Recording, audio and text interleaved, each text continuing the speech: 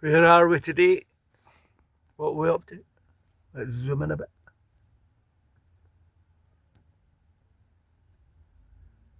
Baines, the family bakers. I'm going to nail my colours to the mast and say I think the food's better out of there than it is from Greg's. Zoom back out.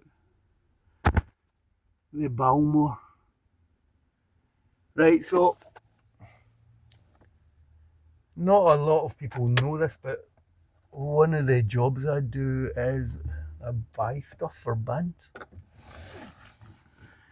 I've been involved with concert production and music all my days since I was a Wayne, I would say in Scotland.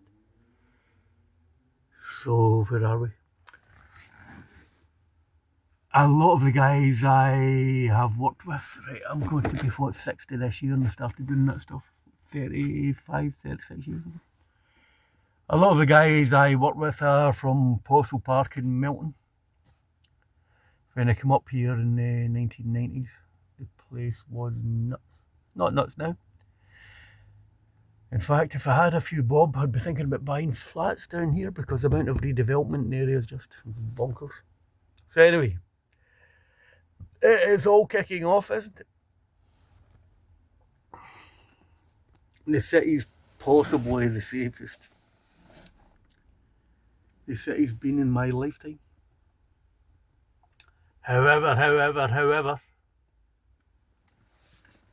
there's been lots of gangland violence. That sounds like the Daily Record, don't it? Lots of houses will be getting set on fire, businesses, cars, people getting attacked. Bad bananas in Glasgow. Especially when you think the city actually does well from tourism and all that type of thing. We don't want to go back to the reputation we had in the 1980s and 90s when everything was awash with poverty and heroin. The city's not like that anymore. Lots of opportunities. Glaswegians are some of the friendliest people you would ever meet. They're fabulous. So random. It's another train of thought Zambo video. There is the Haun, Haun. Let me zoom out. A couple of my mates who watch the videos. Thanks to everybody that does them. I know the channel's not very good. Call it the Haun, Scottish for hand. So we don't want this stuff in the city. It's not a good advert for our city, our people and all this type of stuff. So I was driving and I'm thinking, should drugs be legalised? Now another thing that you probably don't know about me. I worked as a sound engineer in a massive club in Glasgow for about 20 odd years of my life. Some of the best times I ever had in my life. It was just a very fun environment and I got to work with a lot of very, very, very nice people. And I've seen lots of people popping pills, doing patsies. A patsy climb is rhyming slang for a line, so people used to take. I've seen people taking cocaine, then ketamine. I don't know what that stuff was all about, but it certainly wasn't a good fun party drug by any. One of my friends called it posh heroin.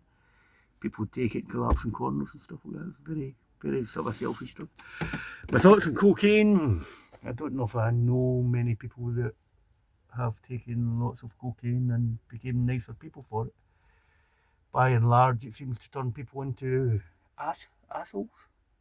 However, if we could buy it from a chemist or get it in prescription from a doctor, would that stop the madness in the city? Let's zoom in, and these guys are just fabulous characters. Would that stop the madness in the city? If cocaine or heroin were legalised tomorrow, I'm certainly not going to go and buy it. Not something that will interest me. However, maybe if you were at a party and you had a few beers, and cocaine was legal, you might say it's not exactly a hard drug to take, is it? Put it on the table, chop it up, stick a pound note up your nose and sniff the stuff, and turn into a dick within a matter of minutes.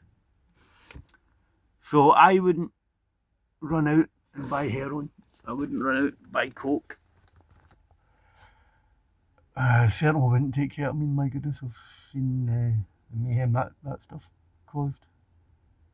But is it time we had a conversation about this? You know, I don't know what kind of demand is on the police when it comes to drugs and all that type of thing, but those guys jumping about the city, setting stuff on fire and attacking people. Not good. It's not good. Anyway, so that's today's philosophical nugget.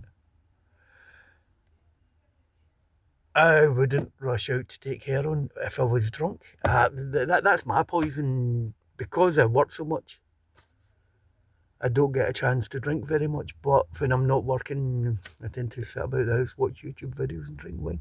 I love wine. But my workload's a good way of stopping me drinking. I don't drink a day or two before I go to my job, because I have to be nice to people, and it's quite physically demanding work as well. I've tried it being hungover, it didn't work. If I was at a party and I got really drunk and somebody brought out some heroin, would I take it? I don't think so. But you make bad decisions when you've been drinking. Would decriminalising or legalising cocaine stop the violence in Glasgow? Take the money away from the mad guys, put it in the pockets of the government, wouldn't it? Saying that, I trust the government as little as I trust the maniacs. So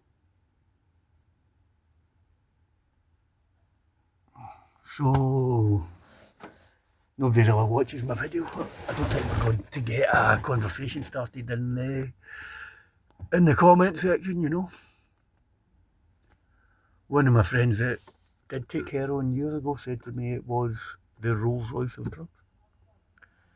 I don't know what that means, but what I know about coke and heroin, I've watched people snort cocaine and snort their marriages, their businesses, their houses. When people take a lot of it, there's like a cloak of invisibility. They don't even realise that they're descending into chaos. However, if it was legal and a family member was descending into chaos, maybe you could get them counselling or help from a medical practitioner. But anyway, there we go. Gangland. Doesn't know what the Daily Record does. Gangland violence, drugs, things getting set on fire, people getting attacked. It's just nonsense, isn't it? I feel really sorry for the families that are suffering because of this stuff. So if you have an opinion, stick it in the comment section. The drug laws, as far as I know, haven't ever stopped anybody getting their hands on heroin. They haven't ever stopped anybody getting their hands on anything that they want to have. So we know they don't work. If it was legalised, the government would make all the money, not the criminal fraternity. I don't know if that'd be any better or any worse, would it? Governments tend to put prices up, and I believe the prices of drugs are dropping. I believe that, I don't know for sure. Are drug dealers better businessmen than governments? Right, I'm going to hang up on that one. But anyway, my heart breaks for the people affected by this stuff, it really does. And Baines is better than Greg's, and I love Postle Park in Milton. Got a lot of friends from around here. Right, thank you all for watching. Bye.